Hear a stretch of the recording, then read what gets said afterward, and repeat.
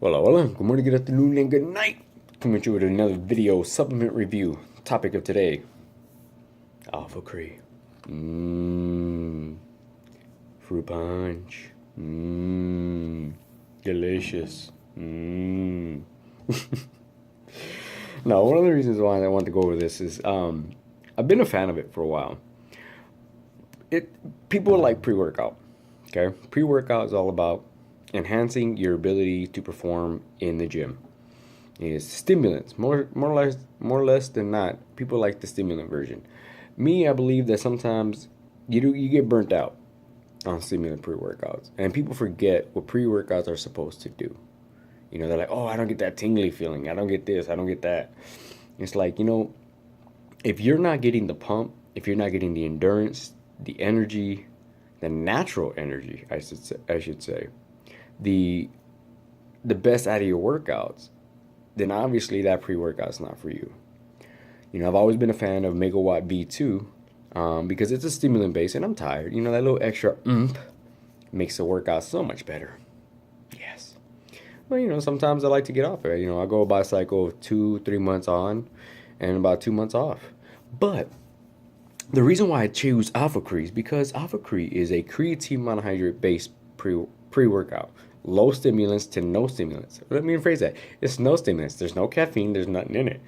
Like, why would you take it? Well, because the grams that are in it, like beta alanine. Sorry, I'm Latin. I can't do that proper stuff. I'm just kidding. But the creatine monohydrate. What does creatine do for you? Right?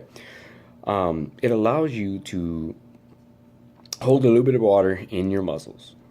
So in other words, it keeps your muscles hydrated. Some people be like, I put on too much water weight, blah, blah, blah. It's like, well, first of all, you're probably not drinking enough water at that point. And if you're taking in and putting on that much water weight, there's two things to look at. What you're eating, and two, the quality of the creatine you're taking. Okay? So quality matters. If you still have a hard time understanding that, you got to do some homework. You do. Creatine allow you to get stronger. It's a proven supplement that helps.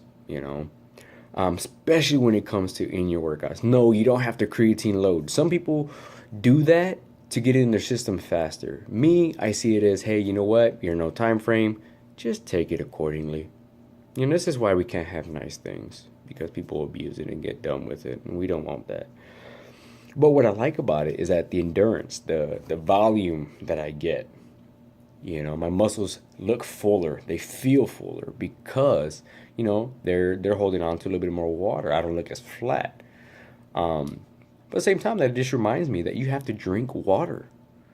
If you are putting on a lot of water weight, that's probably not a good creatine. I mean, I've tried a lot of them. HCI, crealkaline, they're all effective in their own little way. But creatine monohydrate is just a really good one. And you get your adequate 5 grams minimum.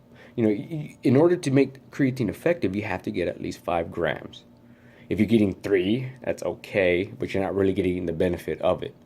Get 5 grams just during your workout. Alphacre allows me to be a little bit more endurance. It gives me more of that pre-workout feeling, but without the stimulants.